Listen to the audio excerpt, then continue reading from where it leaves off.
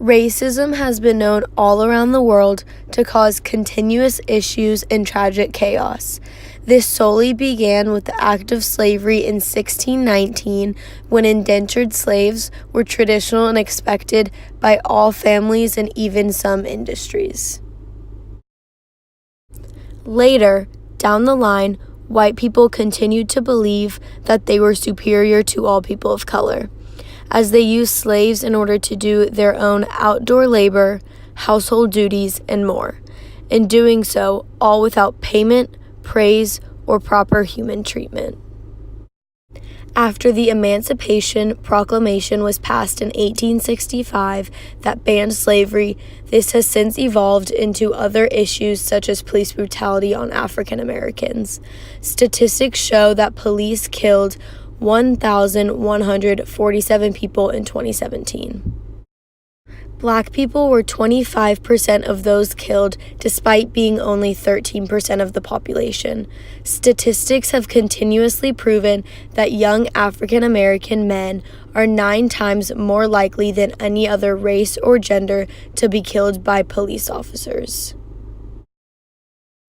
Many organizations and groups of people have gotten together to spread awareness and try to stop police brutality as best as possible. For example, Black Lives Matter is one of the biggest movements having to do with racism, but the issue still continues. Police are rarely ever blamed, so as a common result, they get off the hook for taking advantage of their position and role as a police officer, and most often, these victims then get blamed instead, resulting in severe consequences and possible jail time. Studies have shown that 99% of all cases in 2015 have resulted in the officer or officers involved not being convicted of a crime. One of the main reasons that the police officers do not face consequences is most often an outcome of this. The investigations usually fall into the same police department the officer is from, which creates major conflicts of interest but results in the police officer not getting charged with a crime. Police brutality is usually excessive and too much force for the victim's crime. These incidents have happened several times throughout the years, making it very common, where an officer mistakes an item or action as threatening and causes harm as a result. These are 30 African American victims that were fatally shot for this exact reason. Statistics have also shown that African Americans died at the hands of police at a rate of 7.2 per million, while whites are killed at a rate of 2.9 per million, which precisely proves the fact that African Americans are killed by individual police officers more than whites. Although these events, people, and even statistics have not gone unnoticed, the attention they are receiving is not enough. Both white and African American police officers have been speaking out on behalf of their experiences as serving as local officers.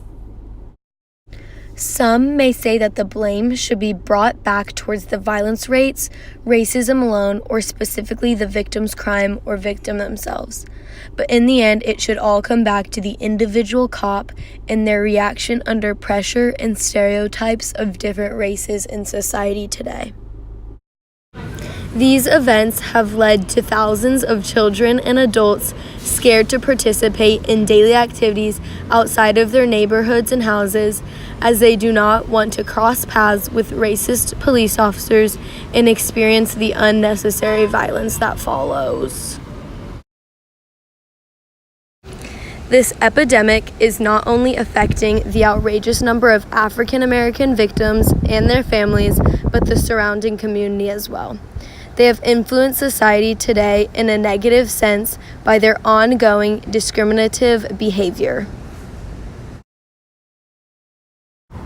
A call of action as a result of these tragic situations would be to spread awareness while also staying informed as the Black Lives Matter movement is doing so.